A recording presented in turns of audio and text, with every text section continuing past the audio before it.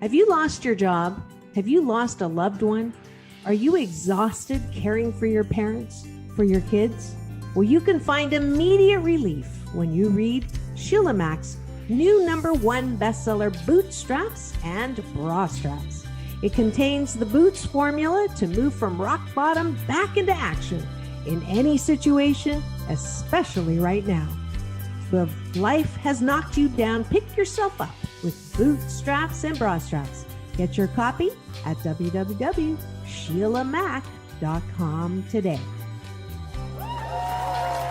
Are you ready for a reboot? Welcome to the Sheila Mac Show, reality at its finest. History reminds us those hit hardest often become the change makers. This year, we've all hit crazy economic, social, and emotional rock bottoms. We all get knocked down. Something hits globally, locally, personally. It affects our health, finances, our relationships. We have to recreate a business or career. Each show, Sheila and her special guest will be sharing their reboot stories, guiding you with real solutions to upgrade and up-level emotionally, mentally, physically, spiritually, and financially. Here on NBC's KCAA Radio, Mondays at 1 and Wednesdays at 7 p.m. Pacific Time. If you're ready to pull yourself up by the bootstraps and bra straps, enjoy a listen.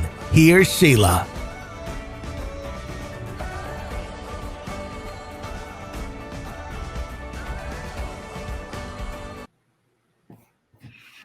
Welcome to the Sheila Mac Show, reality at its finest.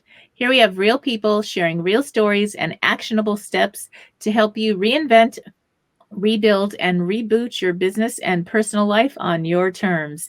I'm your host, Sheila Mac, and today we have special guest Sunil Godse. He is somebody that's going to help us learn a lot. Let me tell you a little bit about Sunil. After making a series of bad decisions, with one leading to a friend being shot and killed, Sunil Godse spent thousands of hours on research and interviews to find out that the reason we waste time making bad decisions is because we ignore our intuition.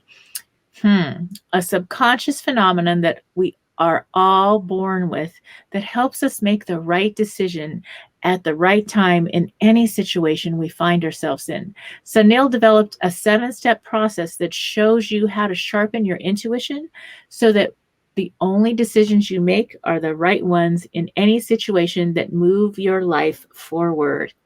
All right. Welcome to the show, Sunil. Thank you so much. I'm excited to educate people on what I found about intuition and how vitally important it is in when making any decision in your life.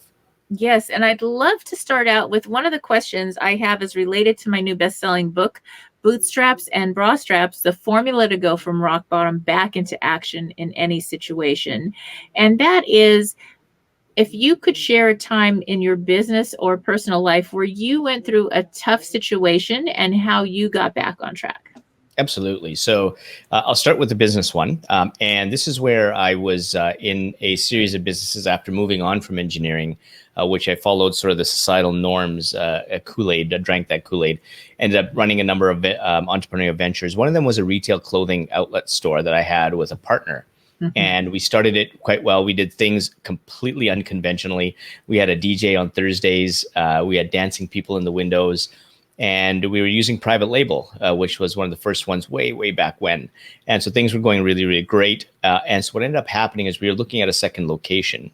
Mm-hmm. And all of a sudden, my partner decided to, it's one of the things that I espouse as values when it comes to the customer is we have good brands, good quality. We don't suffer on the margins. And that was really important for us because it was the customer experience that was really important. And in this situation, he wanted to use lower quality cotton. He wanted to dip into the margins. He wanted to, and then that also helped on the private label. He wanted to go into lower quality, which gave us more profitability. But I was not willing to sacrifice that because I was saying that if you're going to go that route, then it goes against my values as an entrepreneur. And what ended up happening is I stepped away from the business. And I walked away, and it was really hurtful because I really enjoyed that opportunity. I thought we had really a great partnership until his values started straying, and it was really tough for me to pull away. And so it's not only just pulling away, but what do I do next? And that was sort of that void that really can say, oh my God, okay. So I was fully invested in it. So it really left me with an emotional void, as well as a kind of a physical void at the same time. That was tough for me because you have to kind of climb back up from that. And on a personal situation, and again, this was on trusting intuition. So I'm glad that I trusted intuition, because if I had gone and continued, I would have sacrificed the values that I had as a business owner. And ultimately, that would be felt by the customer. And that's not the way I want to do business. He consequently did. It failed miserably, and he had to shut down the whole operation because of whatever values that he carried on with. From a personal situation, this was where a time when I was actually going through engineering, and I had a friend reach out to try and get some advice. She was being stalked at the time. And what had happened is my intuition was saying, there's some urgency here. You need to meet with her that afternoon. And for some weird reason, I had nothing going on that afternoon. I just said, you know what, let's meet a couple of days later. And the very next day, that stalker had actually followed her to a bus shelter and shot and killed her. And I could have prevented that if I gave her the right information or the right advice. Devastating. And that was because I ignored this thing called intuition. Yes, that does happen a lot. And it's something that I know for myself, I'm very intuitive also. And I've learned to listen because I've had situations like that many times where 99.9% of the time when I listen to that intuitive guidance, it's right. And when I don't listen, that's when I have a problem or something doesn't go right.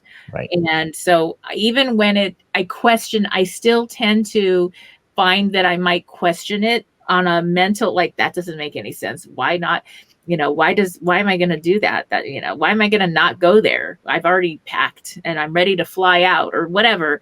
Yep. But if it's really strong and I listen to it, then I see why it made a lot of sense beyond my mental capacity. Right. Yes. And in fact, research actually shows, and when I was looking at the research and intuition, because I really kind of need to blend in the art and science. So the art is kind of how we experience it. And we all have individual signals that are both positive and negative that tell us, obviously a positive signal is the right thing to do in terms of decision. Negative is obviously avoid that decision. But when I looked at the science behind it, there were a lot of MRIs that were showing exactly where in the brain it lit up. One study calls it the X system versus, which is sort of different than the rational system. And in fact, there was research at that time that showed that intuition actually acted 7 to 10 seconds before you actually made a decision or took action.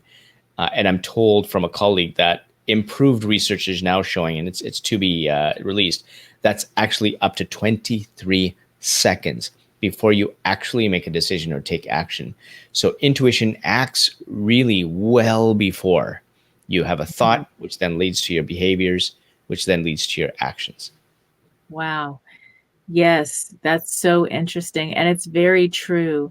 So how do you suggest people enhance this intuition or use it to have better luck or better results in their business and personal life?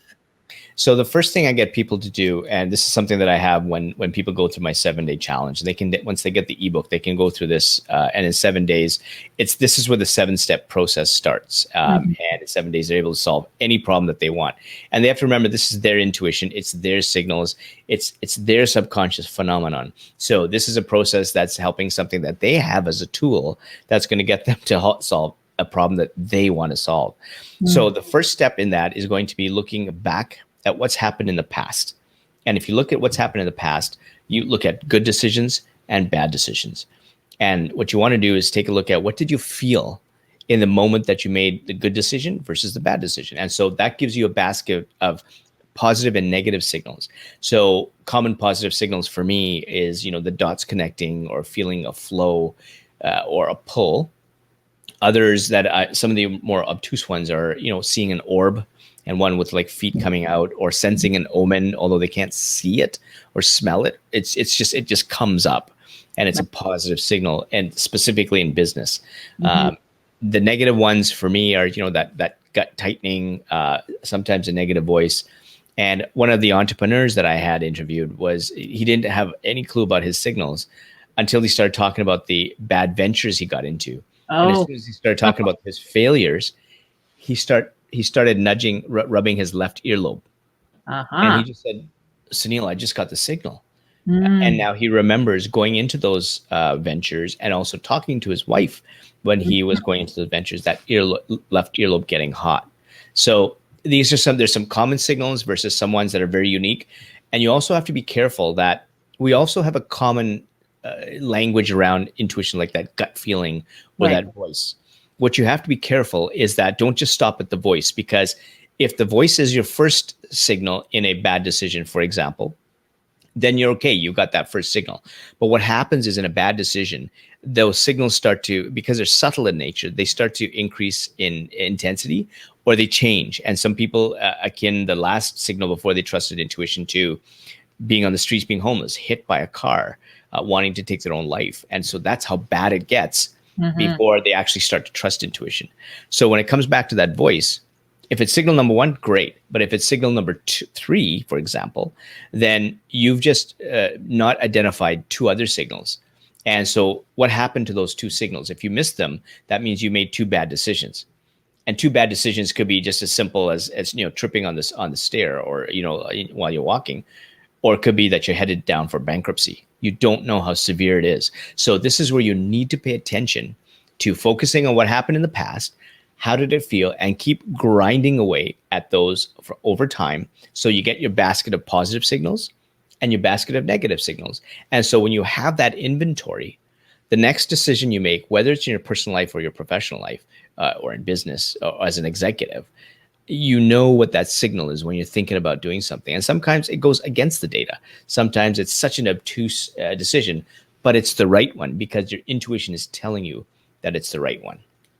Yes. And I think that's the hard one, because that's where we question it. It makes no sense.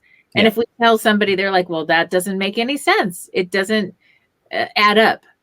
And it's like, but I have a knowing. And you got to go with that. And there's this trust. And I think that it's, as you practice on the little things, you can trust in the big things a lot easier. Yeah. And it's also understanding how your intuition behaves. Because when I started interviewing a number of people to find out sort of how they thought about intuition, there were really kind of 4 groups of people that I came to. The first ones are the ones that get it. They know their signals, they operate on intuition, and so they're good to go. They don't need any further explanation. The second group are ones that need proof.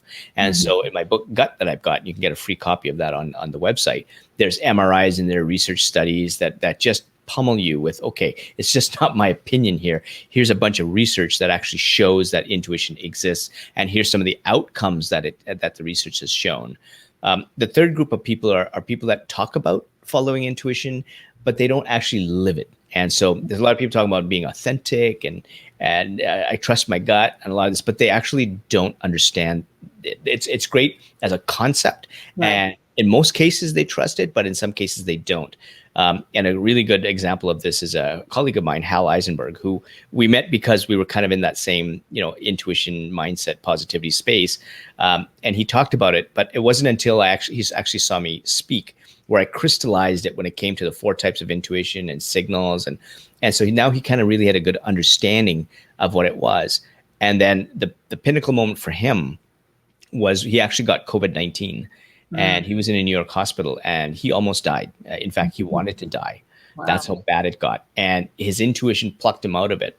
And he finally understood what intuition was. He understood the way that it helped him make decisions. It was like an open field, whereas before it wasn't. And the fourth group of people are the ones that just don't believe. And this is where you have to understand how your intuition works. And so one of my interviewees, one of my first ones, is the guy by the name of John Rothschild. This is a guy who's an investment banker. Data ruled everything. It was all about experience. So at the time when I was doing research for the book, everything came from sort of meditation, cosmic, spirituality. And that's fine if that's where you think intuition is. It's not my role to shove a definition down your throat. It's your intuition after all. But for him, that's what he was exposed to. So he didn't think it existed at all. And in fact, when I did the hour-long interview, we start the camera, and you can see him saying, yeah, I wish I could shake the hand of the person who sees omens, and these decisions, they just don't figure into my business at all. There's no intuition there. Until I start educating him that, well, you know what, data and experience is a big part of intuition.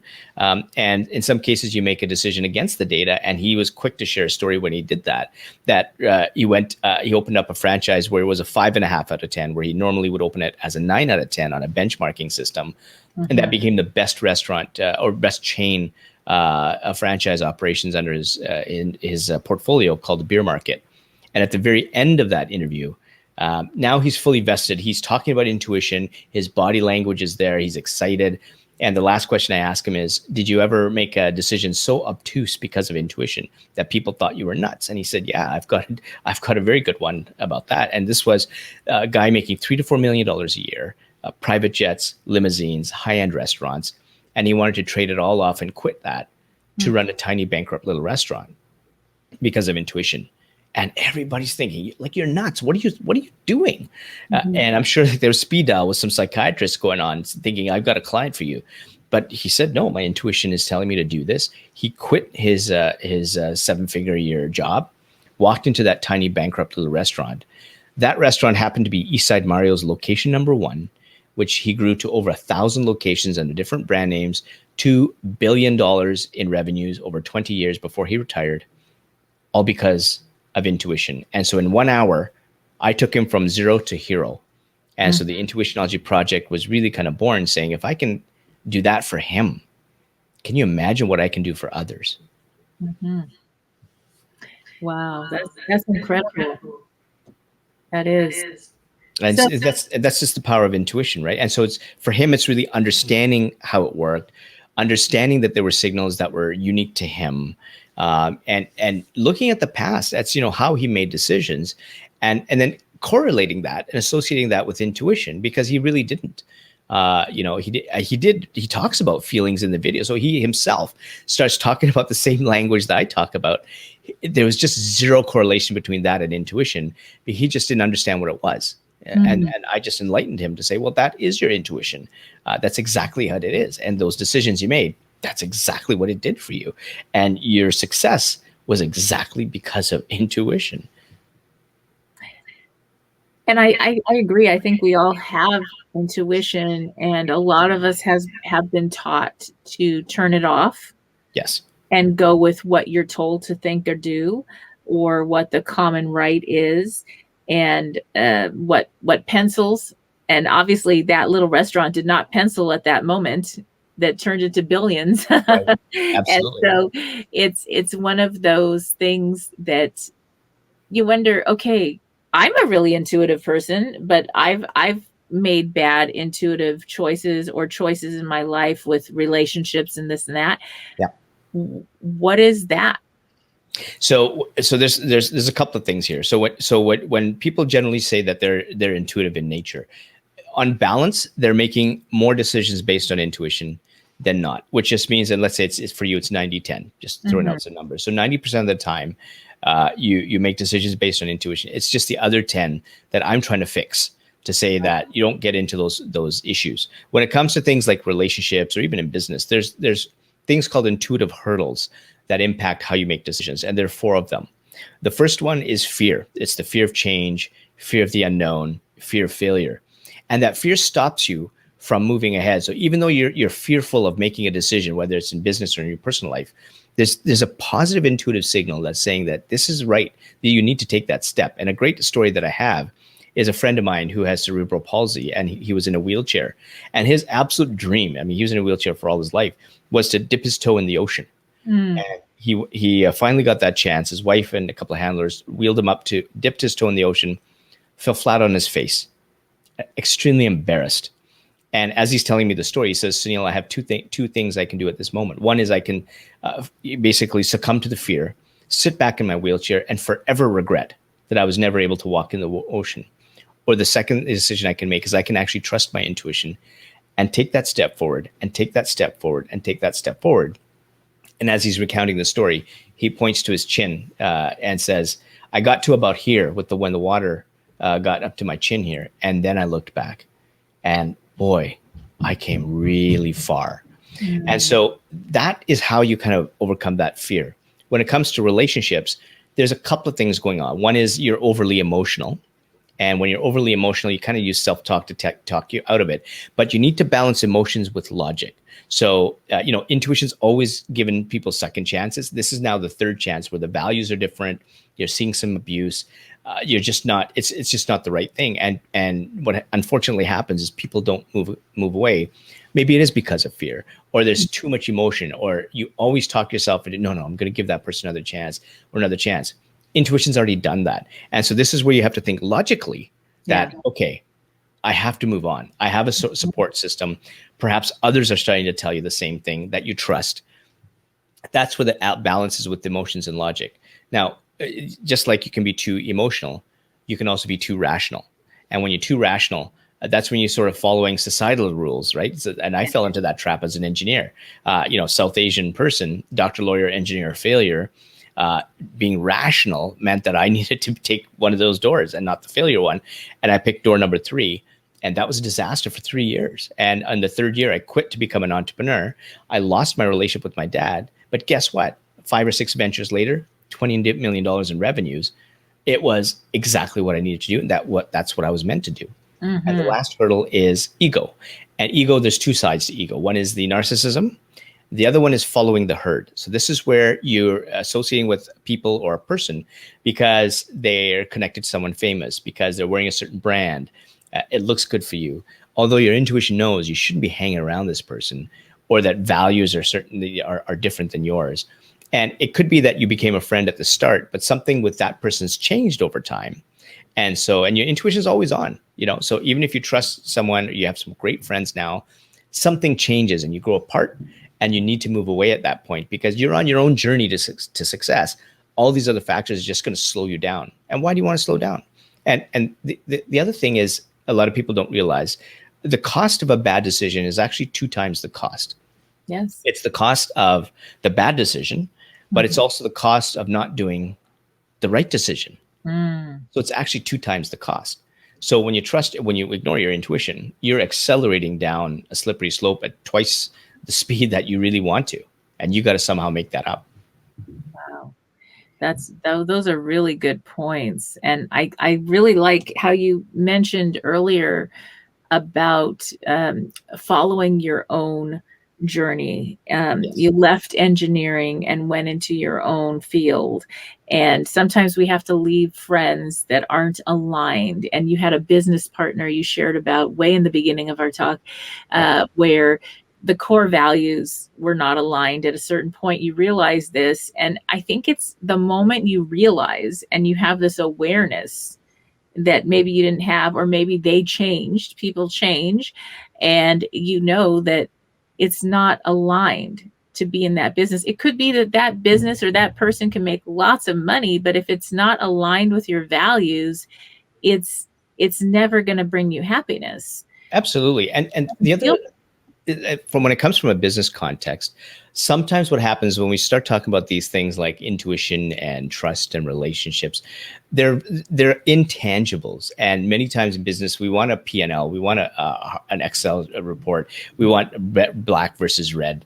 And so we rely too much on these tangibles when we don't realize that sometimes it's the intangibles that we need when it comes to core values. And I remember I came in as a consultant with one business. They were failing miserably, and I came in to fix it as a last-ditch effort. They were probably about $500,000 in revenues in the healthcare space and tanking. People were looking left, right, and center to leave, and partners were leaving. And so I came in to see, okay, well, we've got someone he's our last-ditch effort. The only thing I injected was trust. That's what I started with. Immediately, I knew we were draining cash. But the way they treated the employees was not trustworthy. One of the co-CEOs kept lying, and he was known to do that. I told both of them, you stay away. If you want this fixed, you let me run the helm. The first thing I did was raise all the salaries right across the board for the employees. Key employees that were thinking of leaving finally says, who's this new person? At least they gave me a chance. And that $500,000 through them overproducing, giving me operations manuals, training other people, fully engaged in what we're doing. They got that sense of camaraderie.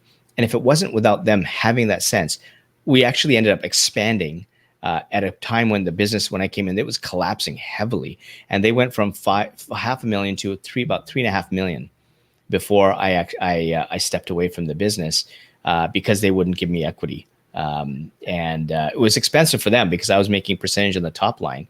And so it was incredibly expensive for them. And I said, well, let's just turn that into an equity at a valuation that we can both agree on.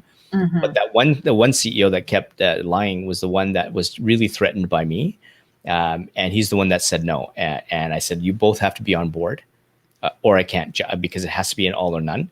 He said no. So I left. 6 months later, they were done. They collapsed.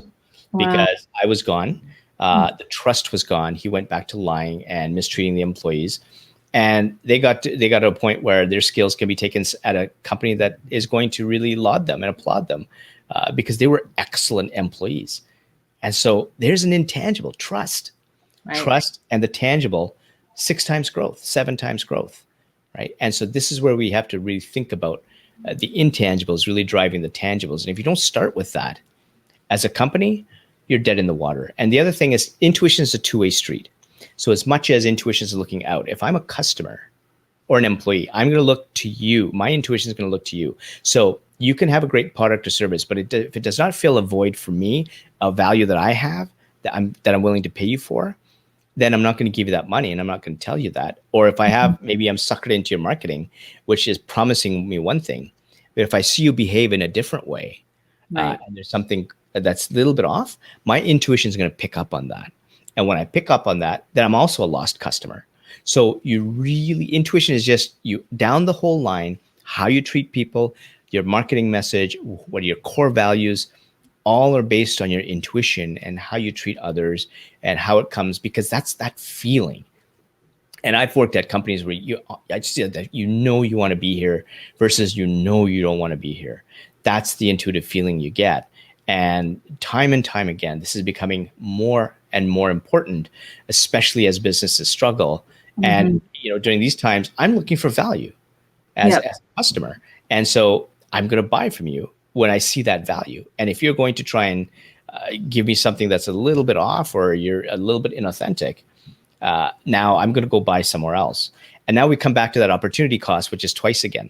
So not only do you have the cost of wooing me back to your products or services, you also have the cost of taking me out of the other company that I'm trusting. And so that's 2 times the cost or more because you haven't done things the right way in the first place. That's so true. And do you have, is this intuition that you have? I mean, you were aware of it when you lost your friend, that lady that you didn't warn her. Yeah. Because I mean, it might have sounded like a silly thing. What are you going to tell somebody something like that? Don't go do this. It's their life, right? Yeah. And so there's that. But is that something you always had, or is that as a young child you were very intuitive? Yes, we're all so we're all born with intuition, and there's actually studies. There's a study in Gut that I have, my ebook Gut, that shows that children as young as infants as young as 2 months old have shown to have intuitive capabilities. So, and we're born with it. And so as we age, you have all these experiences that you have, and so your neurons are putting these in the subconscious area of your brain on a constant basis. And if you look at your brain like an iceberg, 90%, which is subconscious, is underwater. The 10% which conscious, which is the top, So as you accumulate these experiences, intuition plucks them for the decisions that you need. When you're younger, you're not subject to societal norms, the opinions of others. And so I remember the first time that intuition hit me was when I was 5 years old. And there was a video games that my dad wanted me to buy. And, he said, no, it's too expensive. But there was a distinct voice that was telling me, Sunil, you need to go door to door to raise money. So here's this 5-year-old going door to door, raising money, lots of cookies and milk. And I raised $200 $100 went to my dad, and the other $100 went to charity because that's what my school was doing when I was younger. And they were doing sort of things like UNICEF and stuff. I just loved that. It was just make me felt so good. But that was my first intuitive hit. And for my Intuitionology podcast series, I've interviewed over 1,000 people. One of the questions I sometimes ask is, what was your first intuitive experience, or how young were you? And people have told me when they were 3, 5, 7. Some had one that sensed in the womb that they could. So it all depends on how far you can believe it, and how far you take things like that, or manifestation. So it all depends on how the limits that you have in understanding the power of intuition. But certainly people just experience that much when they were younger, and then the parents come in, or religion, or societal norms. Not to say that's good or bad. It's just that for them, it wasn't for them. It wasn't the way they wanted to seek, higher guidance, or it was just, they knew it wasn't the right way for them. And so they had that intuitive feeling when they were very much younger. What hasn't happened is that we haven't educated the children on intuition. I'm lucky because my 9 and my 14-year-old, I talk about intuition all the time. As much as they roll their eyes, it's helped them out of a couple of bullying incidences. One was 5, the other one was 9. My older daughter is running an official federal nonprofit agency where she raises money for disabilities and illnesses, all based on intuition. Both the girls are getting together. They want to do a Dragons or Shark Tank style education for youth. They've already interviewed a couple of people, a scaling expert and social media expert, on just taking kids through intuition, but in their language, purpose, self-confidence, the ability to talk, make presentations. So what they want to do is give these kids just some basic skills, so that when they go through the program, whether they win because they have a great business idea or not, is immaterial to the exercise. The exercise is, here's a 6-month program that these kids want to educate their peers on, giving them the confidence to trust their intuition, again, couched in their language. Yes. Wow. Well, I'm thinking my own intuition really kicked in when I was little, probably 4 or 5 years old. And we had a neighbor that his name was George, and It was Thelma and George, the husband and wife. And they would visit on a regular basis, neighbors. I was at my grandparents' home, and I woke up in the middle of the night, maybe 3 or 4 in the morning, and I ran and told my grandparents that George had come and visited me, and that he told me he was going to go away and he was going to leave me a bag of money. And Wow. and they said, okay, that's a weird dream. Go back to sleep, honey. That's nice. The next morning, the wife, Thelma, came over. George passed away in his sleep, and she brought a bag of silver coins that he had left for me. And I get chills now because, and they were like, whoa. And they said, well, that was just a coincidence. No. That way, and I was like, okay. I'm telling you, that is not a coincidence. Exactly. It is not a coincidence. That's happened to you many times. That's happened to me many times. That's happened to the over 1,000 people I've interviewed many times. That can't be a coincidence when you have that many people talking about the same thing, or something, a version of that. Right. And it's amazing. It's a beautiful connection thing that we have. And I don't know, scientifically, was there a knowing that I, as this little child, knew he was going to transition soon? I had no idea he would leave me any money, or a bag of money. How would I know this? Even on a, I didn't really visit their home as much as they would visit us. So it was interesting. And I've had many of those in my life, and my children. So like for me, for my children, I adopted 3. I have 3 of my own. So I have a big family of beautiful children that are all grown now. Some of them are home from college because the college and the dorms are closed. And I love this time having them home. It's like a bonus time with your kids that you don't usually get. And so my daughter and I have these long talks, and she has this intuition that's incredible. And she told me back in right before our lockdowns. She had moved over actually for another reason. And so right before the lockdowns, she told me, Mom, let's go back to our old house in another state and visit everyone. I have to see my friends and say goodbye. And I was like, honey, we go every month. What are you talking about? No, I have to go now. I feel like I need to see them now, or else maybe I won't see them for a long time. Well, then we have the pandemic and the states are locked down and we can't travel to go see those people for a long time. She knew, not really the pandemic, but she knew she needed to see people because she wasn't going to see them for a long time, and she had to go. And and so I said, okay, let's go then. Let's listen to that and go. If you need to go, let's go.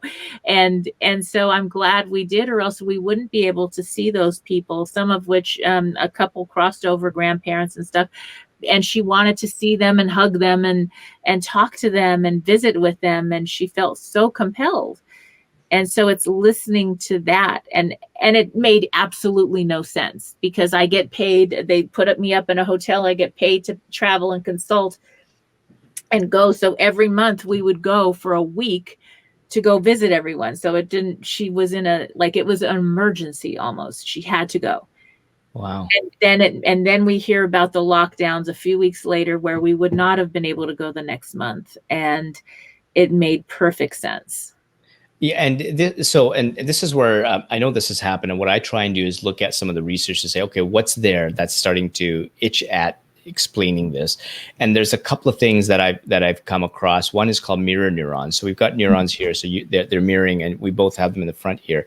And the idea is that because we're connected here, you're connecting with whoever that you have a relationship with, that there's an energy field around those neurons, and that gets implanted in the brain, such that when you're separated by physical distance, that energetic vibe, so to speak, is still there. And so you're connected energetically. And then others have also looked at, like atoms and protons and neurons. They all have an energy about them. And so intuition is really about energy, and it's the transfer of energy. And so if you extend that to wherever you are in the world, we are actually energetically all connected. So this is where it all depends upon, how far you believe and you want to take it through your own experiences. That's really, really important. And this is why I get you to look at yours, listen to others as well. So you talking is like, it's just, for me, it's confirmatory, because I've heard these kind of stories again and again and again. Another interview with Kirsten Hathcock, she sees kids who've been abused and murdered and passed on, but they show up in their life when she connects with someone from their life, and she's actually solved cold cases because the kids led her to where they were murdered and abused, and then she went to the police, and she couldn't talk about the cases themselves. So some people say that doesn't make sense, and so I guess for me, it's not there to convince you that happens. For me, I'm here to say, okay, let's forget those experiences. Let's just talk about the ones where you're actually making a decision, and these are positive, negative signals.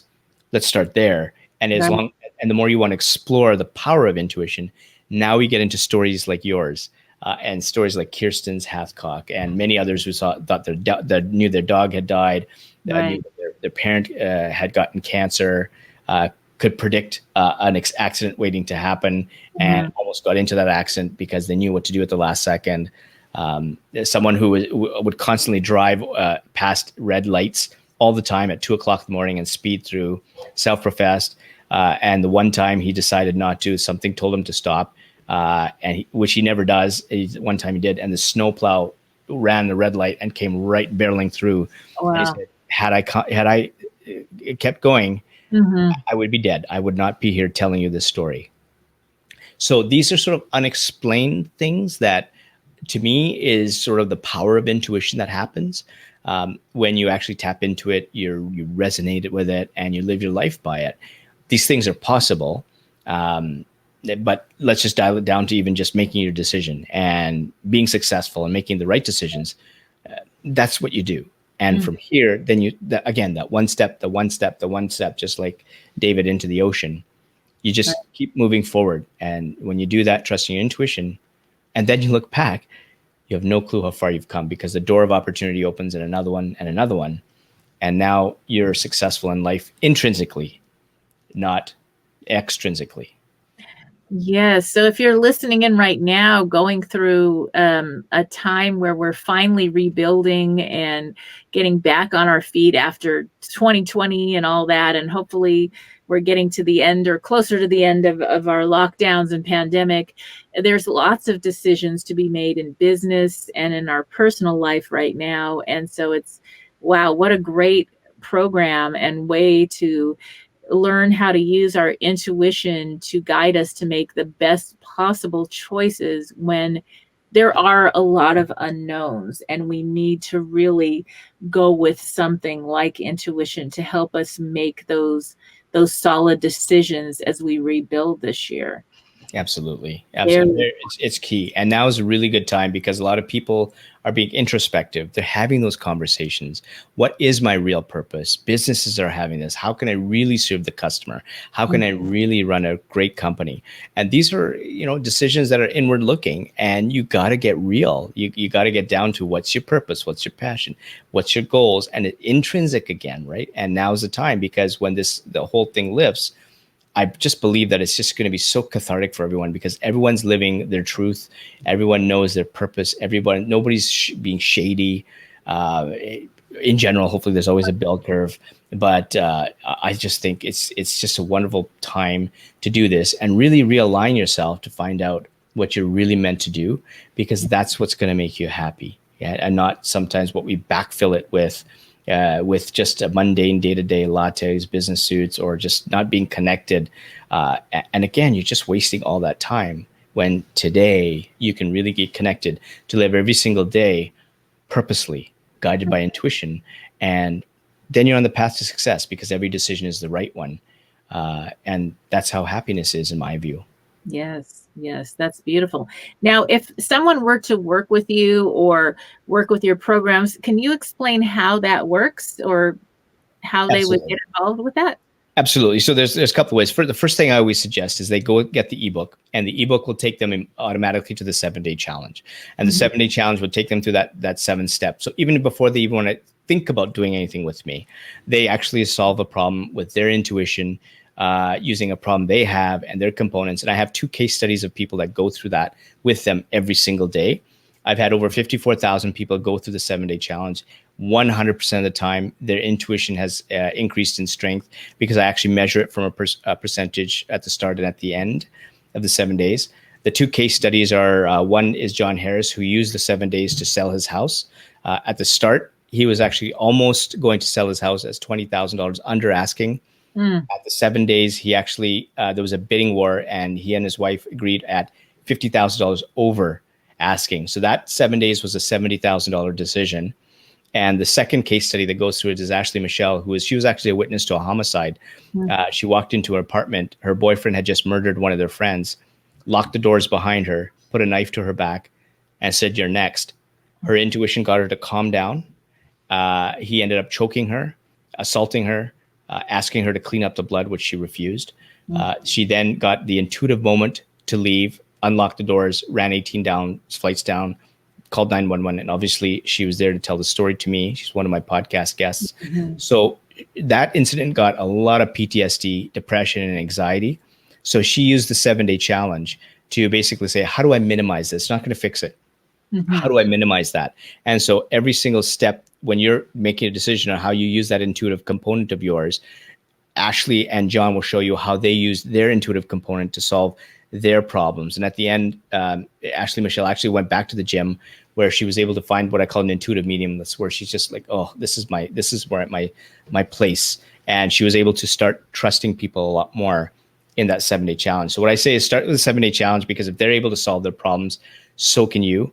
Now you have a template for taking every single decision. And if you want to go further, I've got a membership program. And so there's a monthly membership, $39, and there's a 4-week intensive where I look at taking the intuitive hurdles that you have. There's 4 of them that we mentioned before, and I completely eradicate them using a 4-step process. That's a proprietary one that I've used on clients before. I've got there's 16 testimonials on my website of how that intensives helped their lives, both in business and personal life, and they're all making now the better decisions in their lives. So, but it's up to you. You take the template, you're good to go. If you want to dive in further, there's always my social media stuff or the membership or the intensive. If you just don't want to, you don't want to waste any more time. Let's figure out what the 4 steps is, because you want to start making your decisions right now, the best ones. Great. And so to join the challenge, where do people go exactly? So there's 2 ways to do it. On my website at the top, you can see 7-day challenge, or if they grab a free copy of the ebook, that'll naturally take them to the 7-day challenge page where they can go in and sign up. And once again, it's completely free, because the whole point that I'm trying to do with Intuitionology is I'm trying to show you what intuition is, but I want you to actually implement your intuition in a problem that you're solving, because this is your tool. This is your phenomenon. These are your signals. So let me help you highlight it so that you can solve a problem. And that's my goal. And if I can do that for you, you're set. And all you have to do is just make sure you don't slip. So is it intuitionology.com or? Correct. Yeah, intuitionology.com. Intuitionology.com. Yeah. That's awesome. I'm also on all the socials. So I've got LinkedIn, Facebook, Instagram, Twitter. I'm taking a hand at TikTok. I'm not going to dance, because if I dance, I'm afraid I'm not going to get followers except for my daughters. But I'm going to get a bit on TikTok and just spreading small tips on how to trust their intuition. I've got the podcast series. So you can always subscribe to that on all the major podcast distribution apps, or they can go to intuitionology.com/podcast, and they can listen to podcasts there. So lots of ways to find out what I'm doing. And Sunil Godse, Sunil at sunilgodse.com. You can always send me an email or DM me. Happy to answer any questions. Wonderful. Well, that's incredible. I will definitely join the challenge. So I hope to see or have you all join as well, and let me know how that goes for you. And thank you again for being a guest on the show, Sunil. No problem. Forward to learning more. So thank you. Thank you. All right. Stay tuned, everyone. We'll be right back. I'd love to share with you a brief meditation by sitting on the ground, on a mat, or on a pillow, sitting up straight and tall.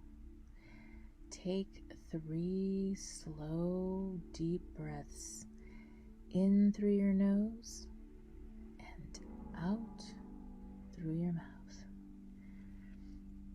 Again, slowly breathing in through your nose, breathing out through your mouth.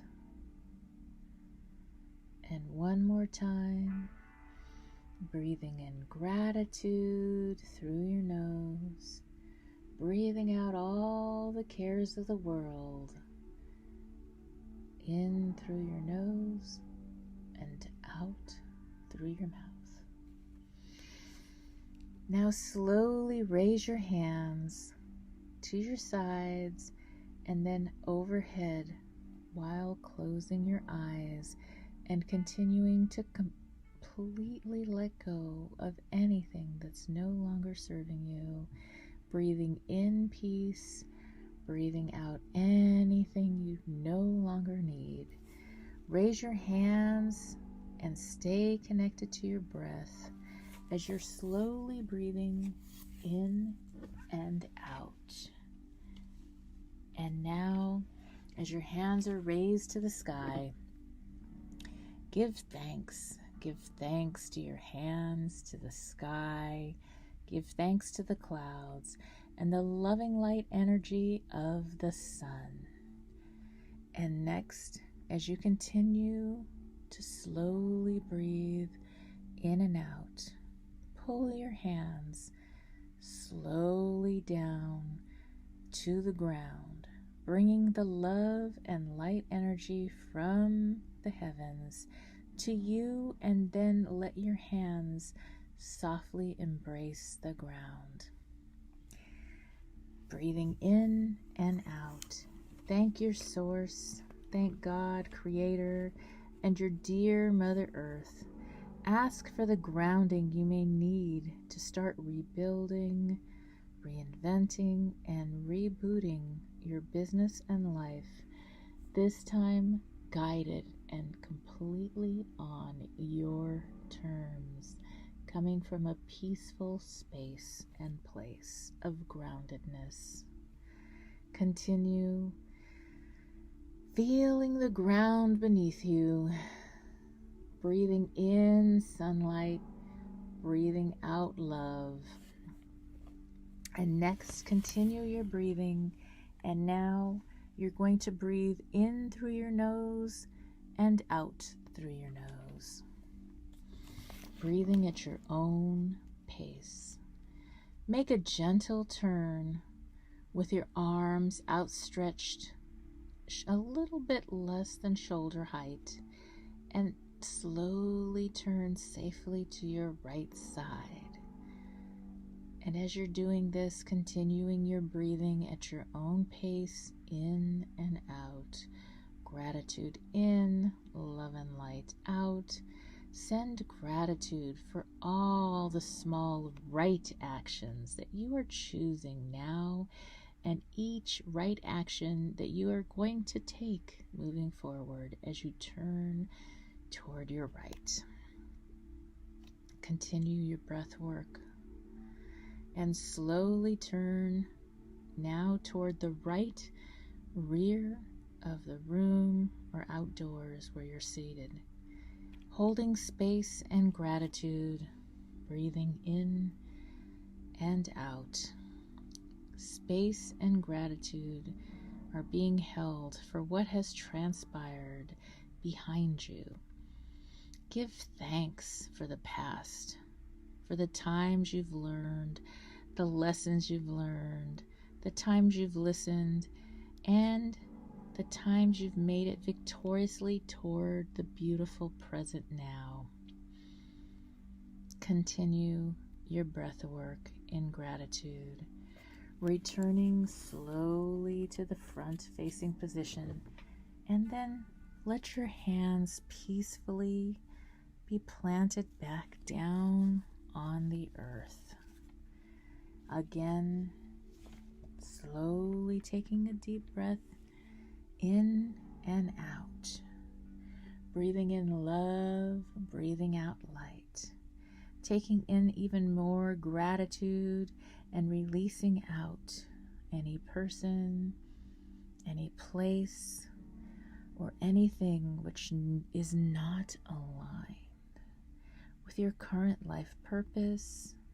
Breathing out anything that's not aligned with your current mission. Breathing in love and light, and breathing out anything that no longer serves you. Continue your breathing and slowly raise your arms to your sides, straight out, slightly lower than your shoulder height, and then slowly turn toward your left. Send gratitude to all your loved ones, your family, your friends, people in the community that have helped bring you beautiful things. Think about even the clothes on your back or the food on your table and all the people involved in making that happen. Give gratitude to those people you've never met that have now put so much love and light in your life. Send gratitude also, maybe even to those past bullies or enemies that have now left your life. Thank them for being a part of your life's journey, breathing in love, breathing out life and light, breathing in love and light, and breathing out gratitude. I'd like to start this portion of the show off with some Dear Sheila questions that listeners have sent in and answers. So if you have a question that you would like to have answered on the show, you can send it in to www.dearsheila.com.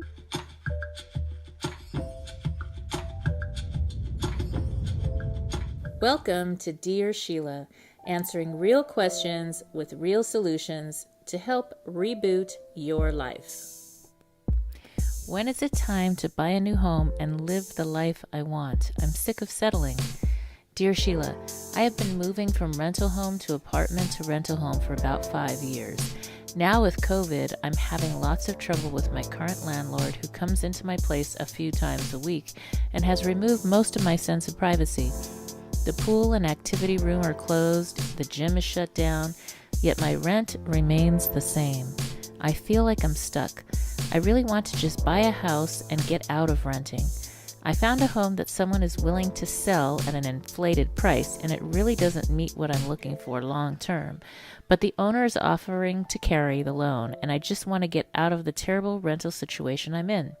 The current landlord said they will be willing to let me out of the lease early for a small fee. My question is, should I move out, buy that high-cost house, or stay where I'm miserable? Signed, Homesick. Dear Homesick, this is definitely the year for rebooting and reinventing how we create and invest in our living spaces. Many people have shown up differently during our worldwide crisis. Sometimes emotions have been exaggerated due to financial or outside stress, and this year has brought much more of that into our home life. Continuing to stay stuck in an unhealthy rental situation is not the answer, and overpaying for a home you don't love isn't either. There is a solution to every problem. It sounds like finding your happy place for now will serve you and your family financially and in the long run. Because your landlord is willing to let you out of the lease, now is the time to reinvent your home life. Let's run this situation through the Boots formula. The B in Boots is for being. It is about who you are being in all you are doing and who you need to be during this situation. You are going to have to be really honest about how you and your family choose to invest in the best living space for the short term and the long term. The first O in Boots is for orientation. In order to get the outcomes you desire, you must be brutally honest here. What are your current living expenses? What new homes are available in your price range, and what living space will best serve you and your family? The outcome is happiness now, without getting into a home that is overpriced. If you shop around, you may find that you can rent or buy something that fits better for the short term and save for the outcome or the home purchase that you really want in the long run. The next O in the Boots formula is for order of operations. Now that you know who you need to be and your orientation, you can decide in which order you must do things to move out, find a new living space, and give yourself the peace you seek now while you take the necessary steps to build your credit or just take time that you might need to purchase your dream home without the emotion and rush of just getting out of a bad arrangement. In the long run, the order in which you do things is going to really drive your results. The T in the Boots formula is for thinking. This is where your mindset comes in. Stop waiting for the perfect home and decide on a home that honors your current family needs. The reality is that in a few years' time, your children will go off to college and your home buying requirements may change. Even though you may continue to rent in the short term, moving to a home that serves your present needs instead of overpaying or staying where you are will make all the difference. The S in the Boots formula is for stepping up. This is the part that puts all of the other pieces you have planned into place and gets you and your home life back into action. The time is now for us to collectively work together to rebuild this year. My hope is that this video series and my new book, Bootstraps, to grab a copy of my new best-selling book, Bootstraps and Bra Straps, the formula to go from rock bottom back into action in any situation. It is now available on Audible as well as on Amazon and Kindle and at www.sheilamac.com. I will be donating a book or course. If you look online, you'll see the courses I offer as well to women's shelters across the United States and Canada whenever a course or book is purchased. So check it out, and I look forward to sharing more with you next time. As always, I wish you life, love, laughter, and light.